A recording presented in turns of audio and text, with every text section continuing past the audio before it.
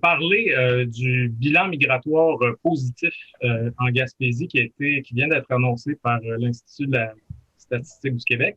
On a invité Danick O'Connor, qui est coordonnateur de la stratégie Vive en Gaspésie. Bonjour, Monsieur O'Connor. Bonjour. Donc, Monsieur O'Connor, en fait, il y aurait 700 personnes, autour de 700 personnes de plus qui sont arrivées dans la région, plutôt que comparativement aux gens qui ont quitté. C'est le sol migratoire le plus positif depuis que l'Institut de la statistique du Québec a commencé à compiler ces données-là en 2001. On sait qu'avec la pandémie, évidemment, il y a beaucoup de gens qui vont quitter les grands centres urbains pour venir s'installer en région. Par contre, ici en Gaspésie, on a un sol migratoire positif qui a commencé en 2017. Ouais. Donc, selon vous, c'est quoi les facteurs qui expliqueraient qu'il y a des gens qui viennent s'installer ici, autre que la pandémie, parce que c'est pas le seul facteur, manifestement. Non, c'est pas le seul facteur parce que les données là, en lien avec la pandémie vont être à partir de l'année prochaine. Donc, ce qu'on voit présentement, c'est avant même les résultats de la pandémie. Nous, à la stratégie Vivre en Gaspésie, on travaille sur ce dossier-là depuis une dizaine d'années, même plus. Là.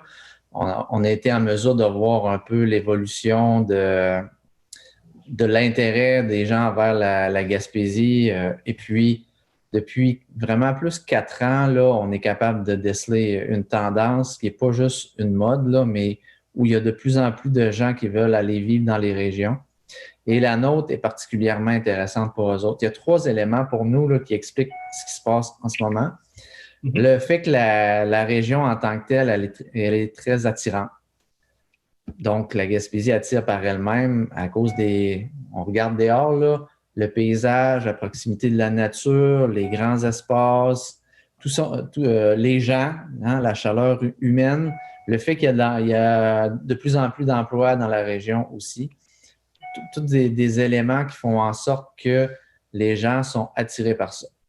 Aussi, comme je le disais, là, il y a une tendance, là, puis on est davantage dans de la sociologie à ce niveau-là, mais autant à la fin, dans les années 90, il y a eu un déplacement des gens vers la ville, là, où les régions se vidaient au profit de Montréal, entre autres. On le voit depuis 3, 4, 5 ans, on est en train de vivre exactement un phénomène contraire présentement. Mm-hmm. Les gens ont besoin de sortir des grands centres. Les gens sont attirés par ce que les régions ont à offrir. Puis, c'est pas une nouvelle qu'on apprend, nous, aujourd'hui, là, le fait qu'on se rend compte qu'il y a un sol migratoire positif. Puis, tout d'un coup, on se dit, ah, les gens sont intéressés. Ça fait 4 années de suite que la région a un sol migratoire positif. On est la seule région ressource à avoir réussi ça, ce tour de force-là, depuis 4 ans. Et là, cette année, bien évidemment, les données, le plus presque 700 de sol migratoire, ça, c'est vraiment historique, là. C'est jamais arrivé jusqu'à maintenant. Ça nous emballe, là, pour être bien franc. Puis, on s'attend à ce que ça continue à aller dans ce sens-là dans les prochaines années. Un élément que je n'ai pas nommé, évidemment, là, dans les trois éléments qui font en sorte qu'on pense pourquoi les gens viennent de plus en plus ici, bien, le troisième, c'est le travail qui a été effectué aussi au niveau de la région. On a une structure, bon, il existe la stratégie régionale de notre côté, on fait des campagnes nationales, on a des incitatifs financiers qui n'existent pas ailleurs, on fait du recrutement à temps plein, etc. Ça aide beaucoup. Il y a des places aux jeunes, puis des services d'accueil des nouveaux arrivants dans chacune des MRC. Donc, il y a un accompagnement qui est présent partout aussi. Il y a les élus qui sont derrière nous, on le sent vraiment beaucoup, là, puis qui investissent. Tous ces éléments-là mis ensemble font en sorte qu'on a des services puis une structure régionale qui est avancée, qui est supérieure à ce qu'on voit dans l'ensemble des régions. Et quand on met ces 3 choses-là ensemble, c'est pas étonnant de voir les résultats qu'on a aujourd'hui.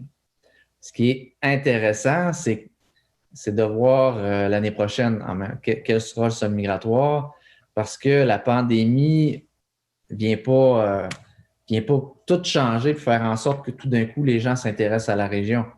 Ce que ça fait, c'est un catalyseur. Là, on le voit là, depuis la fin du printemps, cet été, même cet automne, sur le terrain, les gens qui accompagnent directement, donc notre agent de recrutement, les gens dans les places aux jeunes, les services d'accueil de nouveaux arrivants, sont débordés. L'achalandage qu'il pouvait avoir avant là, a été augmenté de 50%. Les ventes de maisons, il n'y en a jamais eu autant. Là. Il y a des ventes de maisons un peu partout. Là. De votre côté, Mont-Louis, etc. Il ne s'est jamais vendu autant de terrains et de maisons que présentement.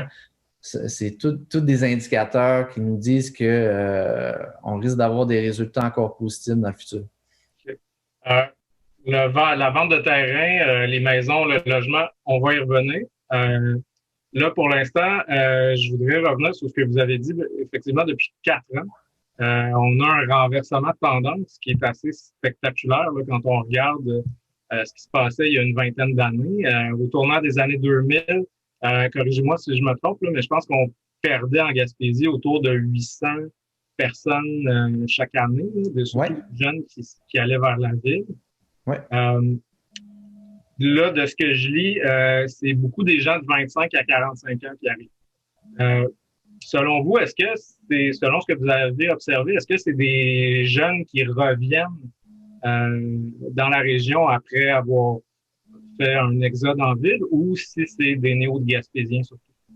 C'est un peu un mélange de tout ça. C'est intéressant ce que tu amènes. Là. Moi, ça ne me rajeunit pas quand je dis ça, mais je travaille sur l'enjeu de la démographie depuis 2002. Okay. Peut-être même un peu avant. Donc, j'ai eu la chance de voir un peu tout le parcours qui s'est fait depuis ces années-là. Mm-hmm. Et oui, au début des années 2000, on était à moins 800, plus les décès, etc. Là, on perdait l'équivalent d'un village par année, ce qui était majeur. Là. Présentement, les gens qui viennent s'établir, c'est vrai que c'est davantage la population active, là, les 25-45 ans en moyenne, je dirais. Puis, c'est pas étranger au fait que toutes les actions qui sont mises en place sont ciblées pour cette clientèle-là. Parce que ce sont les gens les plus mobiles qui sont en mesure de se déplacer d'un endroit à l'autre, là.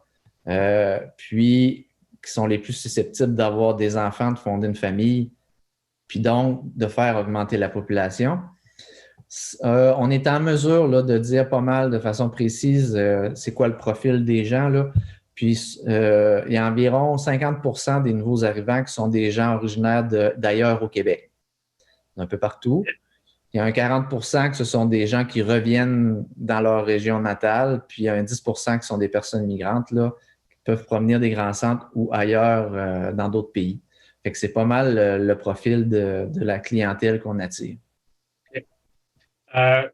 Justement, c'est ça, il y a une vingtaine d'années, l'exode des jeunes, ça s'expliquait surtout par le manque d'emploi, le manque de débouchés professionnels qu'il y avait ici. Avec le vieillissement de la population, ben c'est l'inverse. On manque de main-d'œuvre ici. Le vieillissement de la population, ça va pas aller en s'améliorant. En fait, là, ça va s'accélérer. Pensez-vous qu'avec le solde migratoire, on va arriver à combler ce manque de main-d'œuvre-là avec des gens qui arrivent ici? On croit que oui. Présentement, le taux de remplacement de la main-d'œuvre est un peu en bas de 50%. C'est-à-dire que pour 100 personnes qui quittent, là, qui partent à la retraite, on a 48 là, Gaspésiens en mesure qui entrent sur le marché du travail. Donc, même si on était dans un équilibre là, de la population, ou même qu'on avait une population là, qui augmentait de façon importante année après année, on aurait quand même l'obligation, le mandat d'aller attirer des gens de l'extérieur parce que la moitié des gens qui vont combler les postes vont provenir de l'extérieur. Donc, c'est pour ça là, que la stratégie existe, qu'on vise autant l'attraction au niveau de la région. Le vieillissement de la population, c'est vrai, là, les baby boomers éventuellement vont malheureusement nous quitter. Là. Donc, il va y avoir, on a un gros défi à ce niveau-là. C'est pour ça là, que présentement, des bonnes nouvelles comme un sol migratoire de plus de 700 personnes dans la clientèle que vous avez nommée, là, des 25-45 ans, donc des gens qui vont avoir des enfants. On prend le pari là, que sur du long terme, éventuellement, ça va nous permettre de combler ça, le fait qu'on est la seule région, il faut le dire, qui vit une décroissance naturelle. Il y a 1000 décès pour environ 700 naissances par année. Fait qu'on a à travailler fort à ce niveau-là. mais les données des 4 dernières années là, sont pas mal encourageantes. Euh, Avec la pandémie aussi, ce qu'on voit, il y a beaucoup de gens, on peut présumer, là, il y a beaucoup de gens qui sont allés s'installer à l'extérieur des grands centres parce qu'il y avait la possibilité aussi de faire du télétravail. Oui. Pensez-vous que, tu sais, on espère tous qu'on va revenir à la normale un jour.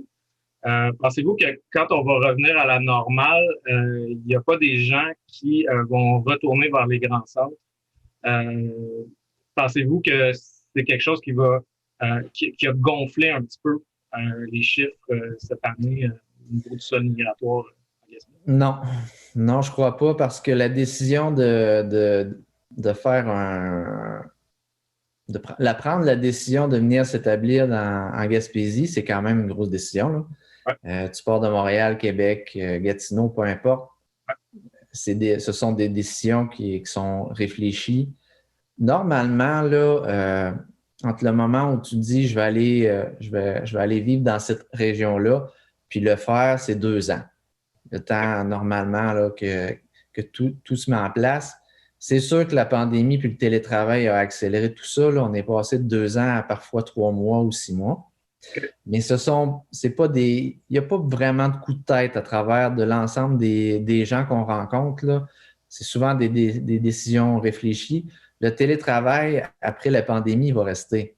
Peut-être pas à un niveau aussi élevé qu'on voit présentement, là, mais pour nous, ça devient une autre opportunité vraiment intéressante. Le fait qu'il y a plein de gens qui vont être en mesure de travailler, occuper leur emploi dans un super lieu en Gaspésie au lieu d'être enfermé à quelque part là, dans un grand centre.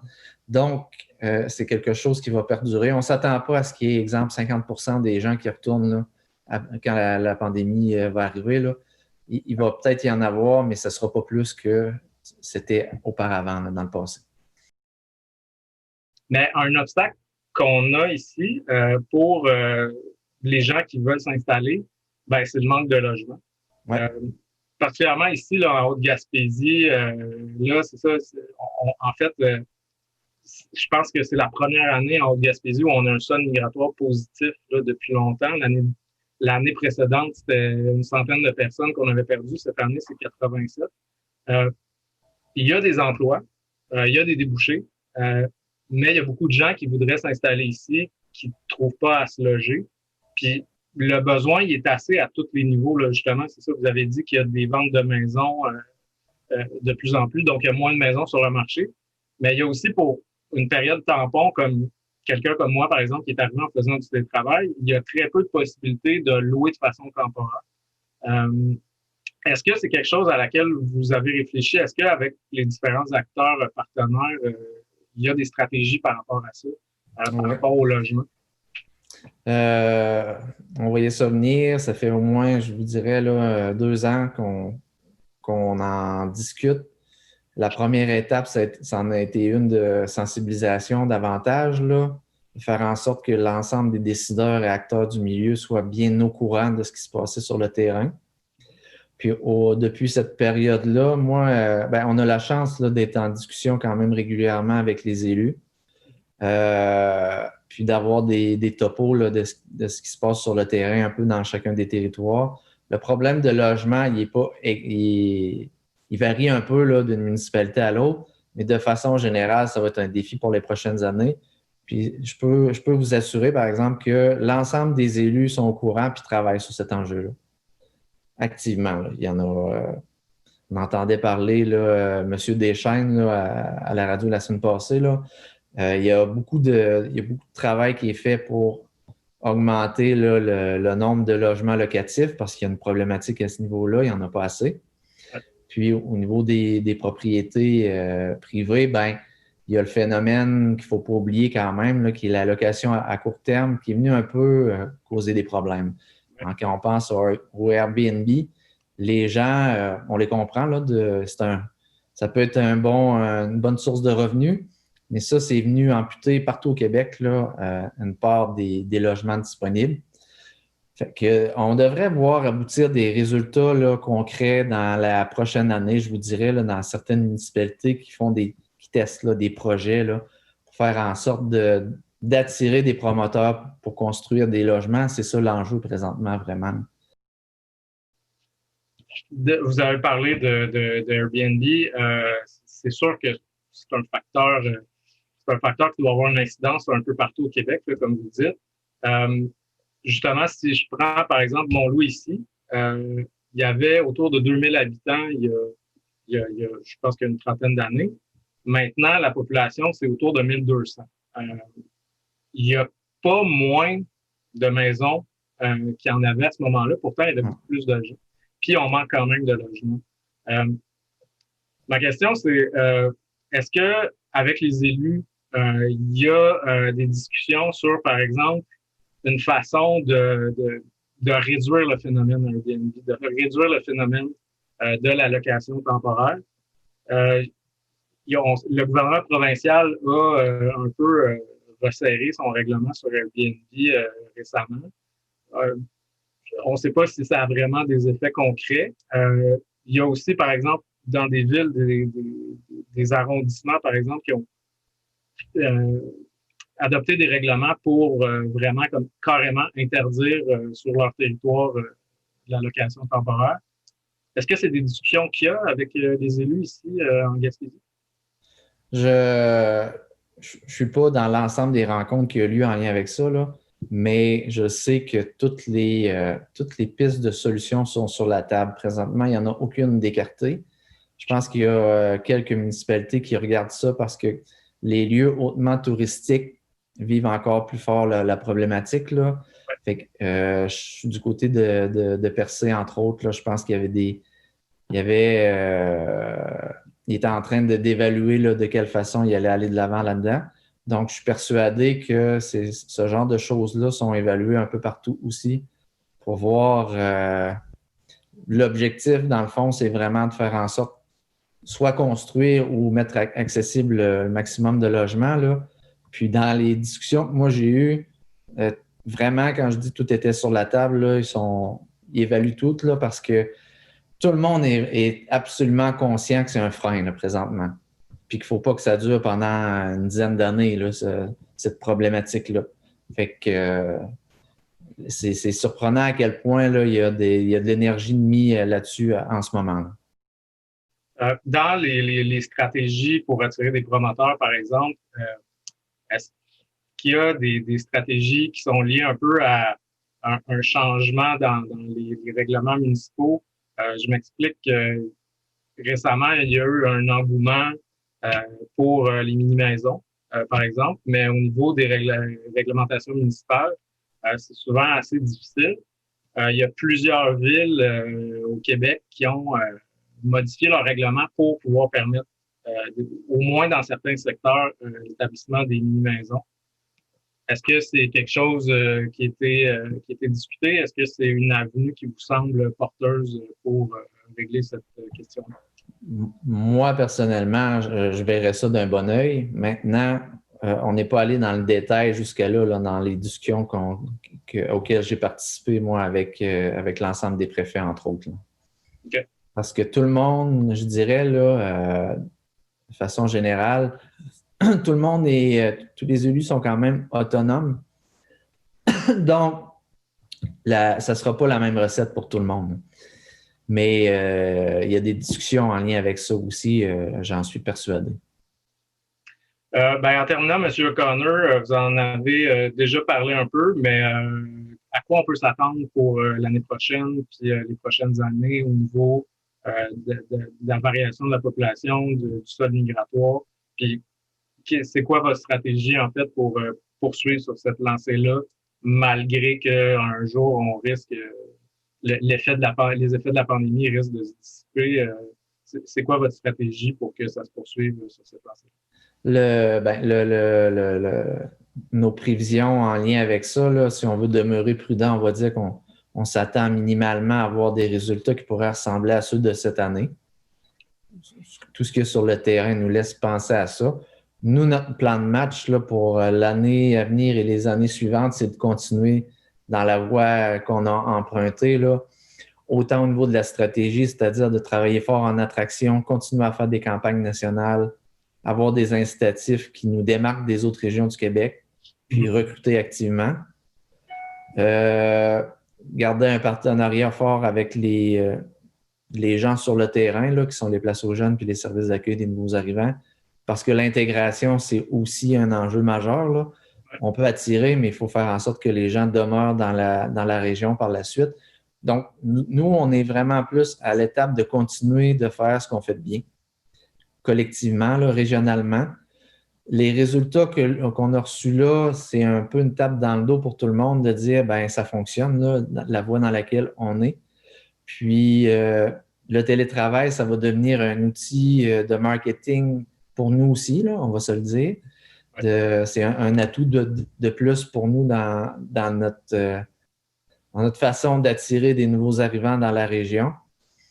Puis, ben, une bonne nouvelle, ça se propage aussi, hein. Donc, on en a entendu parler beaucoup dans les médias, là. Ben, je dirais qu'on a entendu beaucoup parler du fait que Montréal était en train de se vider, là, parce que on connaît la façon de procéder des nouvelles qui est Montréal d'abord. Bon. Mais on en a, c'est pas passé inaperçu le fait que notre région et le Bas-Saint-Laurent, entre autres, là, ça avait vraiment tiré leur épingle du jeu, puis ça attire les gens. Le fait de voir, là, de se dire, ben coudonc, il y a vraiment beaucoup de monde qui ont fait ce choix-là. Ça serait peut-être une idée d'aller voir dans cette direction-là, là. Parce que de façon générale, la stratégie aussi, là, je te dirais, c'est impressionnant le nombre de personnes qui viennent s'établir dans la région après être déjà venus puis avoir eu un coup de cœur. La notion de coup de cœur, là, on l'entend, là, ça devient presque redondant, là, mais c'est un peu ça aussi, hein. Les gens viennent, ont du fun, puis après, ça leur trotte dans la tête pendant X nombre de temps, puis ça se réalise. Donc, c'est aussi c'est une façon pour nous aussi d'attirer là, la clientèle estivale là, pour laquelle on est presque un mois ou plus là, en recrutement directement dans la région. C'est aussi quelque chose qu'on va poursuivre dans le futur. Ben, c'était les questions que j'avais. Je vous remercie beaucoup, M. O'Connor, d'y avoir répondu. Ben, ça fait plaisir.